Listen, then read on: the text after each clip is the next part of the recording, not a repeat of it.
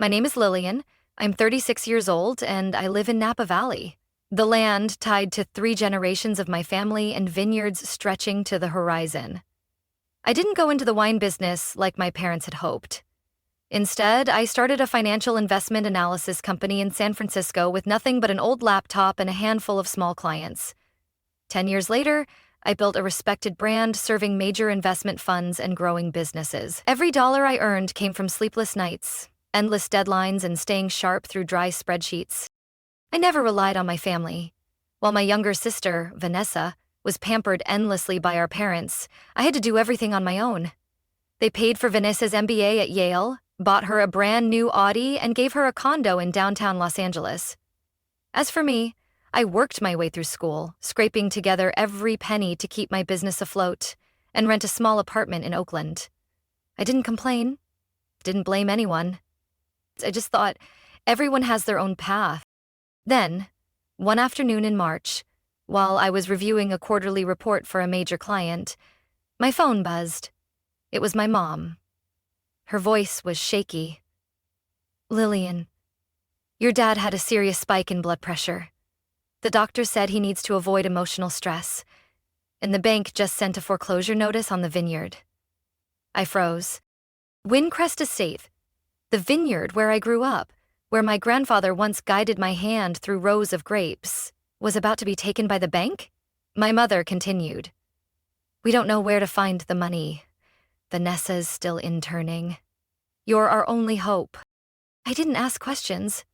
Within 48 hours, I wired $720,000, 0 cents. Every bit of savings from 10 years of grinding into the Windcrest Estate LLC account. No contract, no written agreement, just a message from my father. "Don't worry, sweetheart. We'll never forget what you've done." I returned to Windcrest the following weekend, standing among the vines just starting to sprout new leaves, the breeze whispering through the foliage like it carried our family's soul. My parents hugged me tightly. Vanessa cried and thanked me over and over. They promised I'd have a major role in management, that we'd rebuild the legacy together. I believed them. I truly believed blood wouldn't betray blood, that I wasn't just saving a vineyard, I was preserving 3 generations of history. I started drafting long-term plans, expanding distribution channels, optimizing production, and even reached out to an industry friend to help get Windcrest into a wine expo in San Diego. I didn't know Vanessa was online, posting selfies in the vineyard with captions like "Back to the Roots," as if she had built all of this. I had no idea the so-called important role my parents had promised would soon be redefined in a way I never could have imagined. The harvest celebration was held in the large courtyard behind the fermentation barn, the same space Vanessa and I used to play in as kids. Windcrest was lit up with warm golden string lights, oak barrels turned into banquet tables, and the air was thick with ripe grapes and sweet wine. I stood beside my mother, a glass of Pinot Noir catching the light as my father stepped up to speak. He wore the old turtleneck sweater he always saved for special occasions, holding the mic, eyes gleaming with rare pride.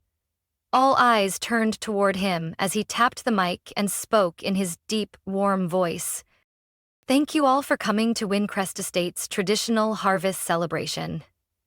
This year is special, not just because of the best crop in a decade, but because we're entering a new era." I smiled. My heart raced, not from nerves, but emotion. I thought, maybe he's about to officially name me as co-director, or at least recognize the part I played. "We're thrilled to announce," my father went on, "that the new CEO of Windcrest Estate will be Vanessa, our youngest daughter, who just completed her prestigious MBA at Yale." The courtyard erupted in applause and cheers.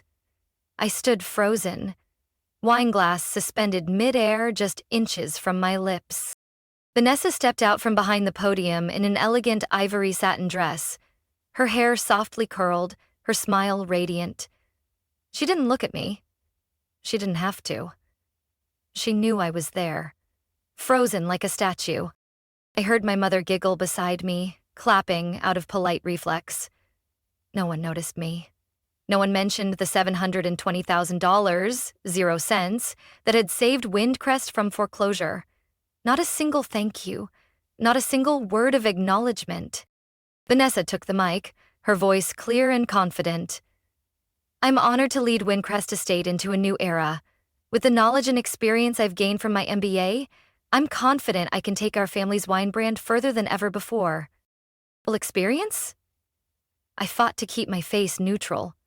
While I was in the field with my dad checking soil pH for Syrah grapes and analyzing weather patterns, she was off taking artistic Instagram shots with her camera. I set down my wine glass and stepped away from the crowd, my chest heavy like it was pinned by stone. The cool night air calmed the heat rushing to my face. I pulled out my phone, rereading the last message from my dad 6 months ago. Don't worry, sweetheart. We'll never forget what you've done. Empty words. A promise that faded like wine vapors on damp wood. I opened my contacts and tapped on the name I had hoped I'd never need. Charlotte Mayers, a corporate litigation attorney who had once helped a friend of mine in a fraud case involving family. I need to see you. I typed. Urgent. It's about an undocumented investment with serious consequences. A reply came just minutes later. Tomorrow, 9 a.m., my office. Bring bank statements and anything relevant.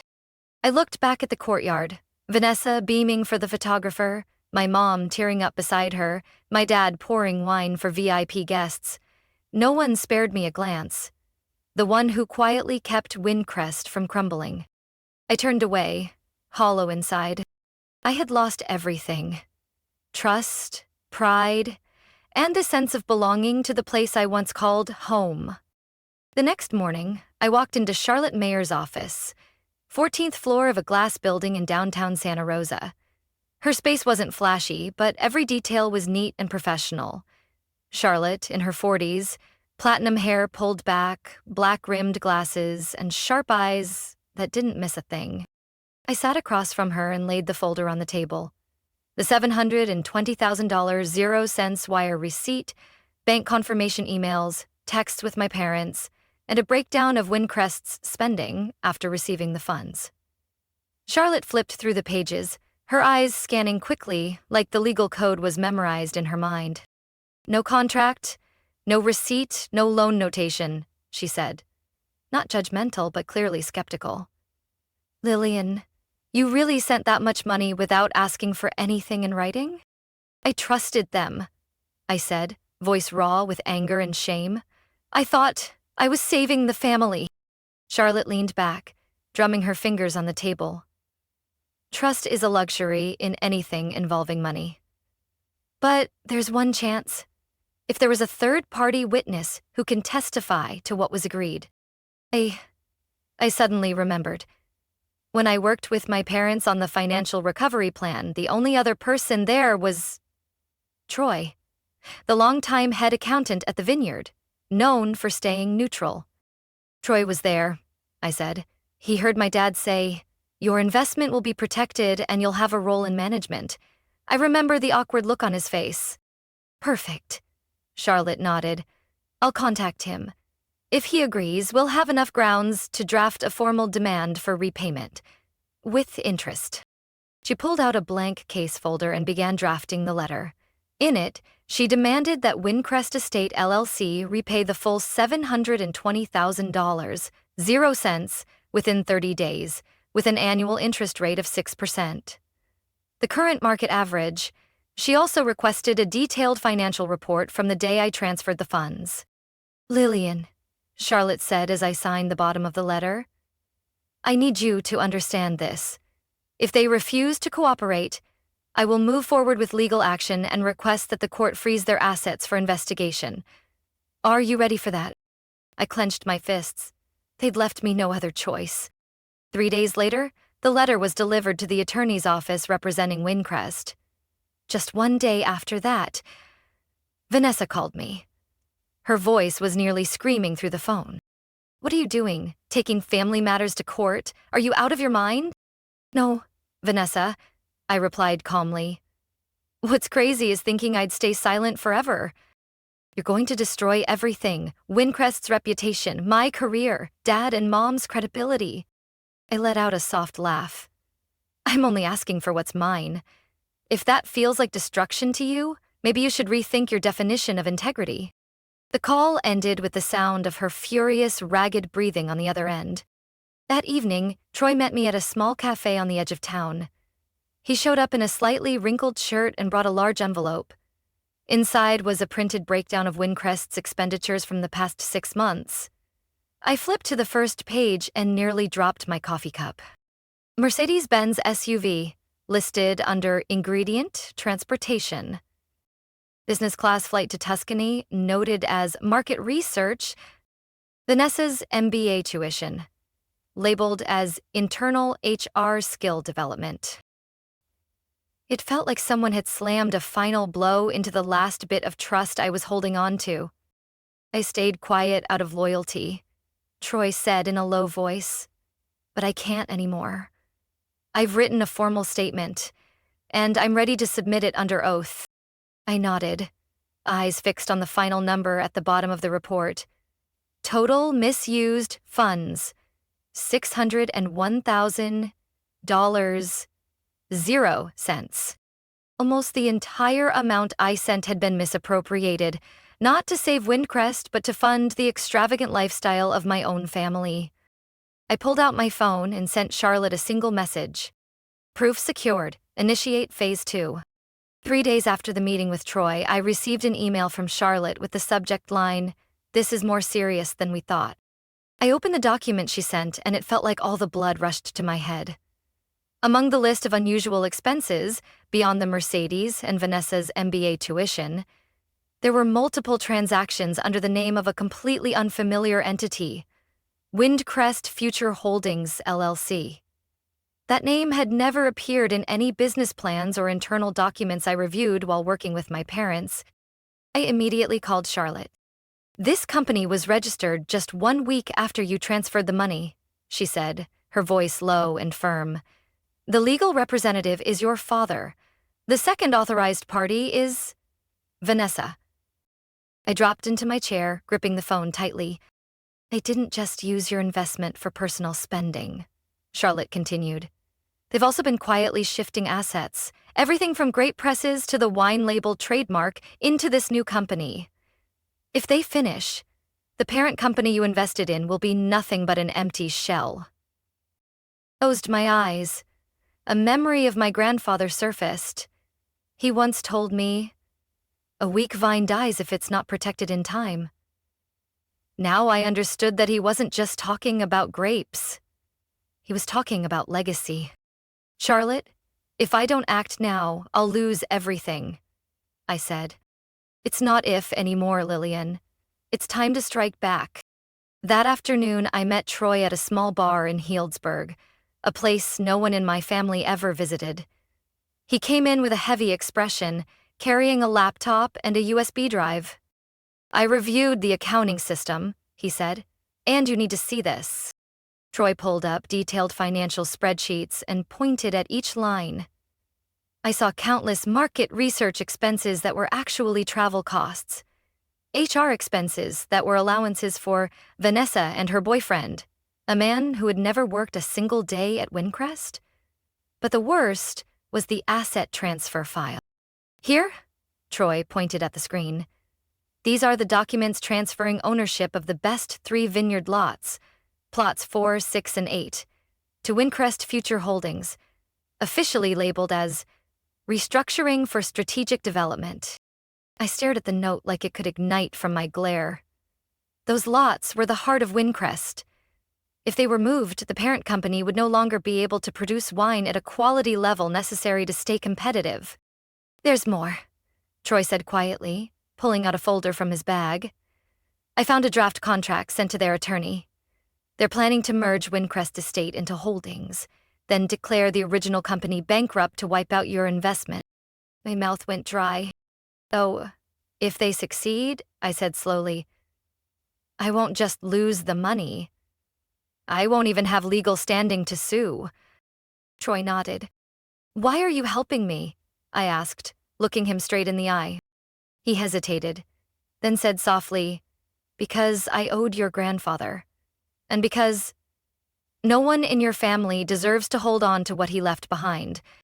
I reached for his hand and gave it a light squeeze. I won't let Windcrest get swallowed alive. I won't let trust die under greed and deceit. That same night, I sent all the documents to Charlotte.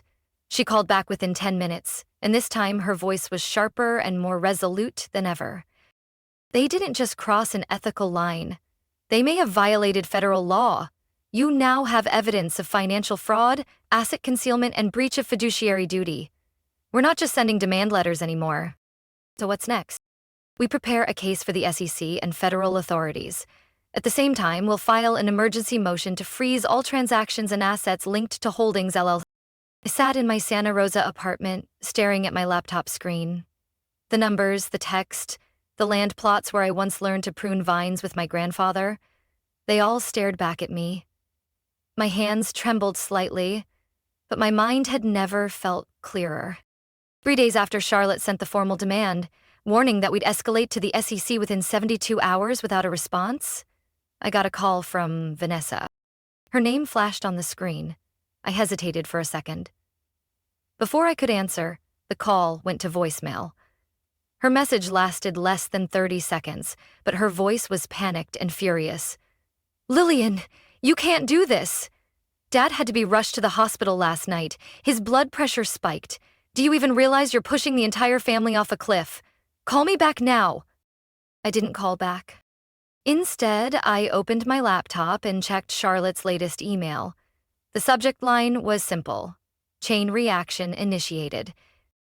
Attached were copies of emails from 3 major commercial banks, all denying Windcrest Estates' emergency loan requests. One section, highlighted in yellow, read, "Financial records unclear, potential subject of federal investigation." It didn't feel triumphant. I felt justified. That was all. The next morning, I went to Charlotte's office for an emergency meeting. She had prepared the court filing to freeze all transactions related to Windcrest Future Holdings and to block the transfer of any assets tied to the new entity. Meanwhile, the SEC had emailed to confirm they had received the complaint and supporting evidence. "You can't back down now," Charlotte said, her eyes steady. "They're going to try everything: guilt, threats, emotional manipulation. Be ready." I nodded. I've been trained for that my whole life. A few hours later, while working at a cafe near the office, my phone buzzed again. This time, it was my father. It picked up. "Lillian," he began, his voice raspy. "Do you know your mom's been crying every night?" I stayed silent. "We know we made mistakes, but did you really have to blow this up like this? Filing with the government, dragging Windcrest into the spotlight." I answered calmly. "I haven't sent anything to the press, but if you keep avoiding responsibility, I can't make promises." He sighed. "We're trying to raise the money. We've contacted the banks, reached out to old investors, but the moment they hear the SEC is involved, they back off. Because they don't want to be part of a mess," I said. "And you know exactly why it became one." "Vanessa is falling apart," he whispered. "She hasn't eaten since yesterday. Can you come to dinner tonight? We need to talk this through." I paused for a few seconds, then replied, "Unless Charlotte is there, there will be no conversation. At this point, it's business, not family." He hung up. No further words. That night, Troy texted me. "Local bank just denied Windcrest's credit extension. Vanessa begged the branch manager in tears. Office gossip is spreading fast. It's getting ugly." At the same time, Charlotte informed me that Windcrest's attorney had officially responded, offering an upfront payment of $250,000, 0 cents, with the rest to be paid over 2 years. I looked at the number and exhaled deeply. "Not acceptable," I texted back. "Full $720,000, 0 cents plus interest, within 10 days, or we file." She replied with a nod emoji. The next morning, I was in an online meeting with a potential investor when someone knocked hard on my door. I opened it to find my mother standing there, worn out, pale, clutching a folder. She didn't speak, She simply held it out to me. Inside was a list of personal assets they had pledged: the family home, a parcel of land in her name since before marriage, and her wedding ring of 40 years. "This is what we can pull together," she said, her eyes wet. "It's not the full amount, but at least half." They've looked at her, feeling both cold and hollow. "I don't need your assets," I said slowly. "I need justice. If the family doesn't have the money, then let the law decide." She didn't reply. She simply turned and walked away, like a shadow that had lost its light. And I knew the game had changed. It was no longer about money. It was about honor. Sitting in my small apartment in Santa Rosa, I stared at my laptop screen. A real estate listing showed a vast vineyard, sunlit rows stretching over rich, untouched soil. In the corner of the photo was a line I couldn't look away from: Stone Creek Vineyard, 190 pristine acres, directly across from Windcrest Estate. Unobstructed views. I clicked to view more.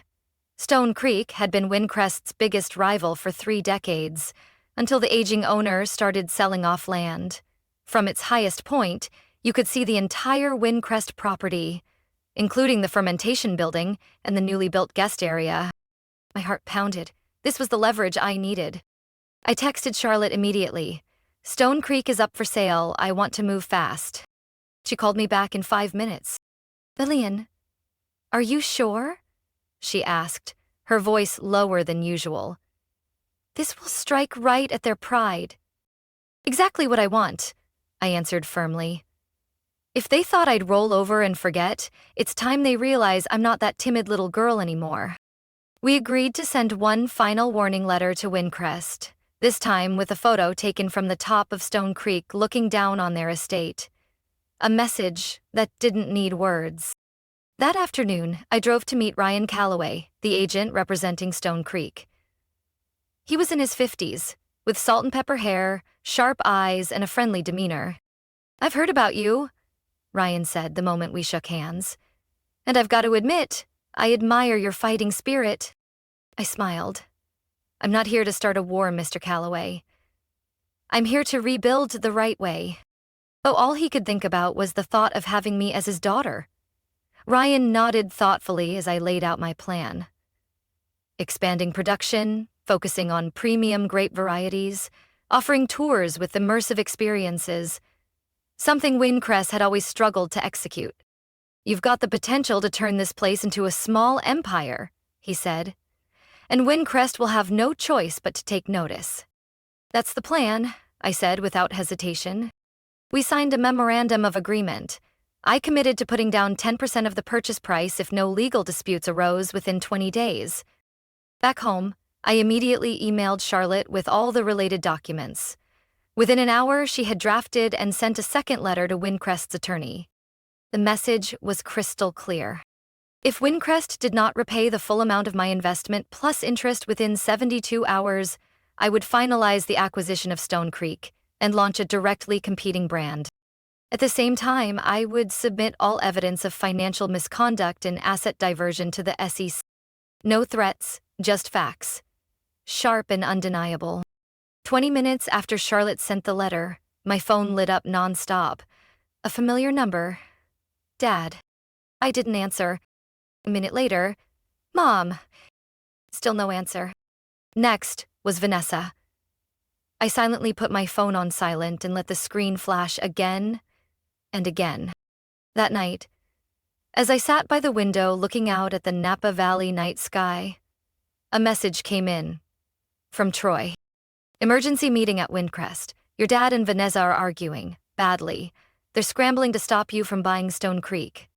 I leaned back in my chair, a faint smile on my lips. I wasn't on the defensive anymore. I was in control. And they knew it. The next morning, while I was reviewing the renovation blueprints for Stone Creek, Charlotte called. Her voice nearly bursting through the phone. "We've got the result, Lillian. They signed." I jumped to my feet, heart pounding. "Signed what?" "The loan agreement with Redwood Bank. To repay your full investment, principal and interest." I stayed silent for a moment. After all the months of silence, mind games, betrayal, and pain, finally, something real. Charlotte continued, slowly. $720,000. 0 cents principal plus 6% interest, just as you demanded. Total? $761.20. The bank only approved it after receiving your SEC notice. They didn't dare wait another day. I exhaled, a mixture of relief and bitterness. So, they chose reputation over keeping their word. Exactly, Charlotte said. They'd rather mortgage assets and temporarily give up shares than let this blow up in the media. You won, Lillian. I sat down, eyes still on the screen displaying Stone Creek, where I would begin again. And this time, no one could take it from me. That same afternoon, I received a message from an unknown number. Just one short line. The money's been transferred. Dad. No apology. No explanation. Just 3 cold words. Like the way they'd treated me all this time. 2 hours later, Charlotte confirmed the funds were in. I opened my banking app and watched the balance tick up past $761,000, 0 cents. Yet, I didn't feel joy. For the first time in my life, I could say, I owed nothing to anyone in that family. 3 days later, I returned to Stone Creek to sign the final contract.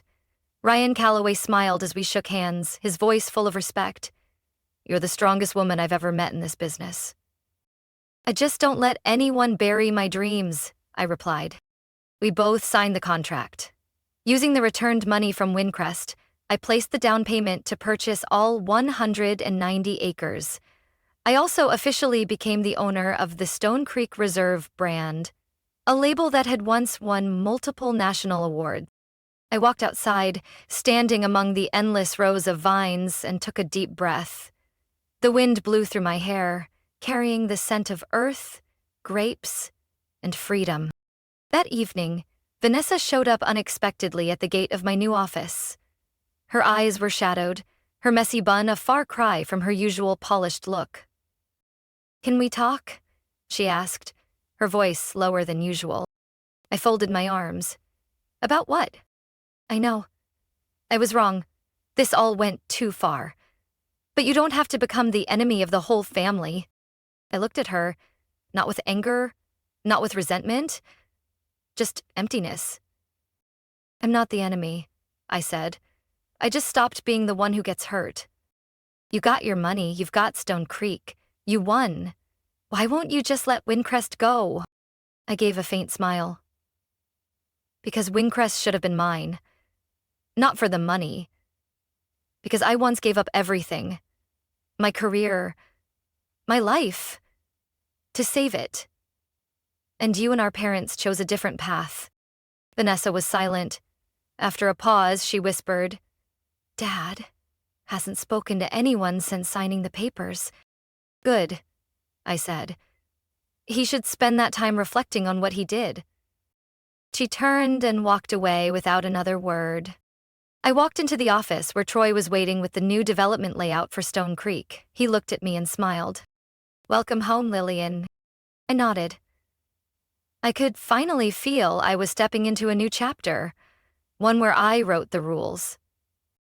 3 weeks after the Stone Creek transfer was finalized, I renamed the vineyard Solara Ridge, a name that symbolized light, renewal, and everything I'd lost and reclaimed to get here.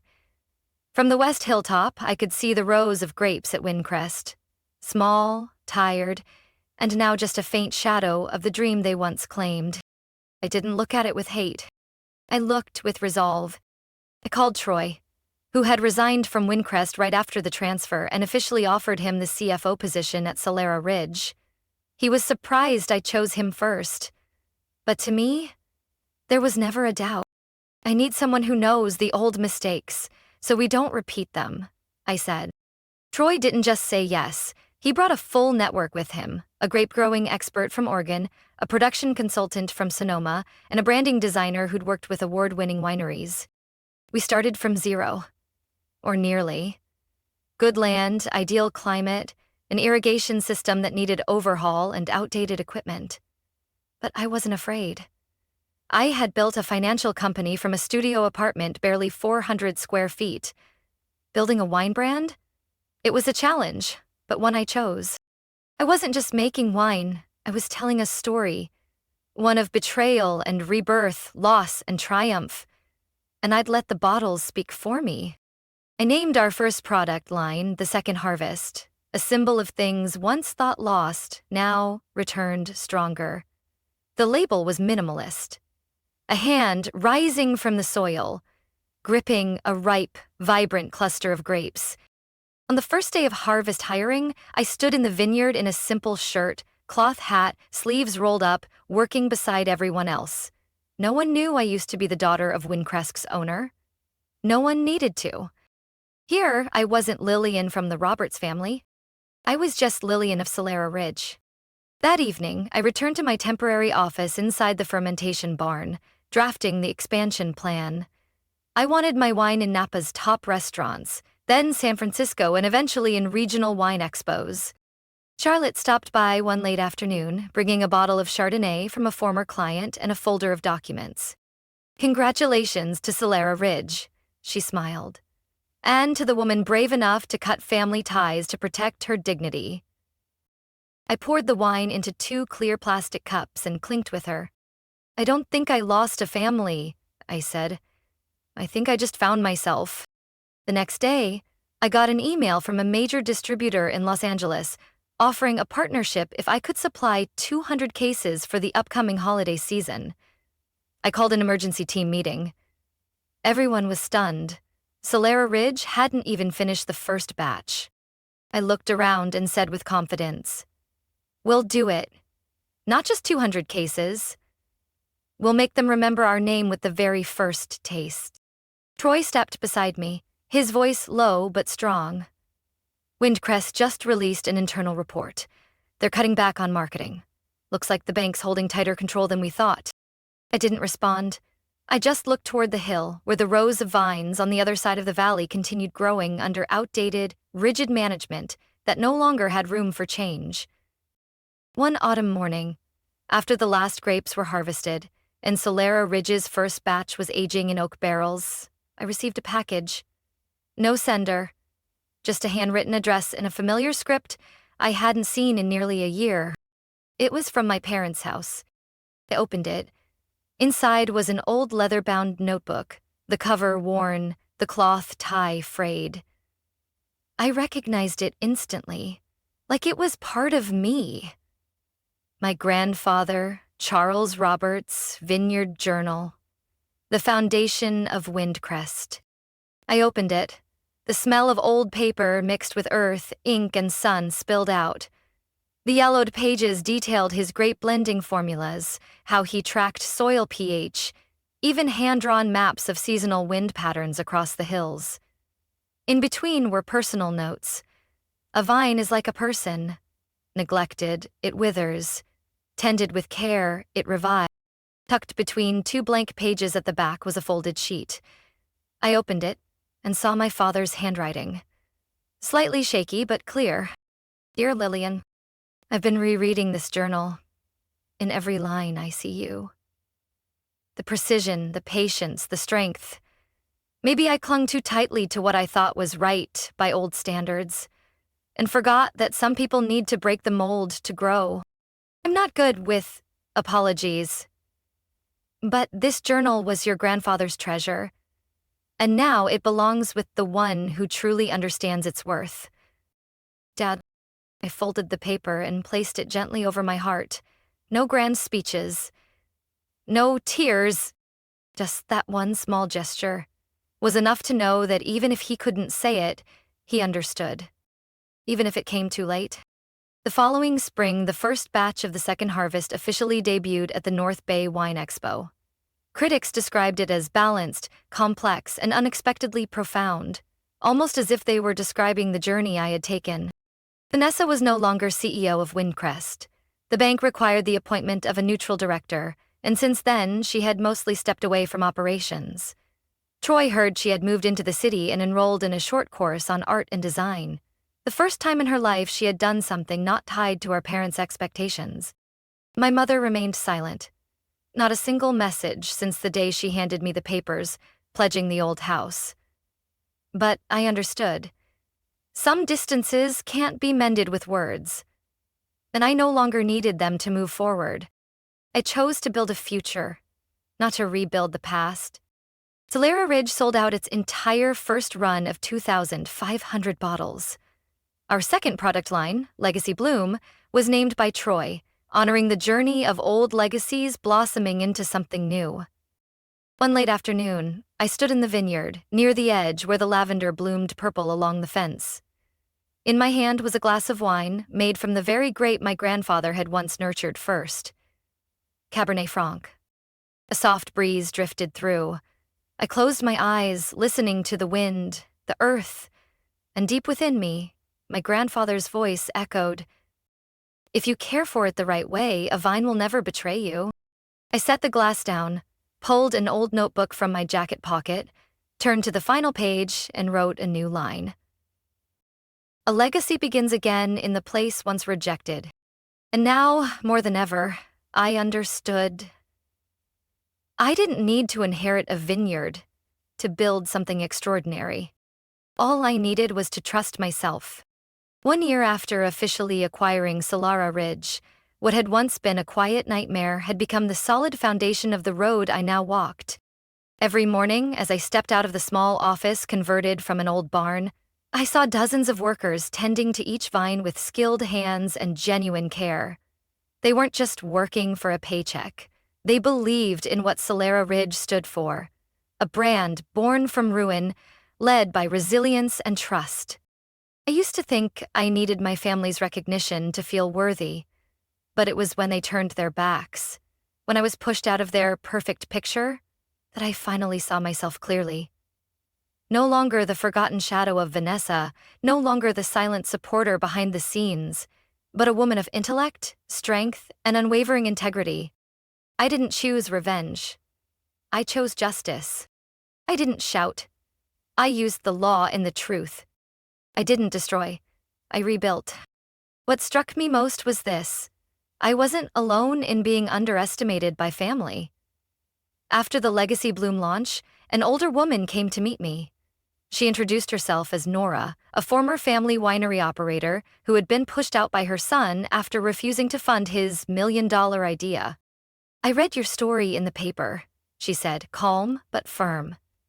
"You reminded me of something I forgot, that no one gets to decide your worth but you." I smiled and gently held her hand. "You may have lost a family," I said, "but you still have an entire path ahead of you, just like I did." After that conversation, I launched a series of events at Solera Ridge called Reclaiming Roots, a space for those hurt by family and business to share stories, learn their legal rights, connect with experts, and reclaim their voice. It wasn't just about wine. I wanted Solera Ridge to be a place of empowerment. Every time I step into the vineyard, I remember what my grandfather once taught me as a child. Don't let vines grow aimlessly. You have to tie them to a frame. Guide them toward the light. Only then will they bear true fruit. I don't think he was just talking about grapes. He was talking about people. I had to withstand false promises and emotional manipulation disguised as family. But the moment I stopped staying silent, I truly began to grow. And strangely enough, the moment I stopped trying to earn a place in someone else's heart, I found respect from an entire community. Charlotte once told me, "Lillian, you didn't win just because you were right. You won because you didn't let anger cloud your mind." I never saw myself as noble. I only knew that if I had responded with chaos, I would have become exactly who they believed I was. Weak, reactive, and easy to erase. But I chose another path, the path of justice. Lillian's story is a powerful reminder that justice isn't just written on paper. It's built through clarity and courage. When betrayed by her own family, she didn't seek revenge, but pursued a lawful fight to defend her dignity and reclaim what was rightfully hers. From pain, she created a new legacy, Not just a wine brand, but a symbol of self-respect, independence, and the strength to stand against injustice, even when it comes from the people closest to us. What do you think about Lillian's journey? What would you do in her shoes? Share your thoughts below, and don't forget to follow the channel for more powerful and heartfelt family stories.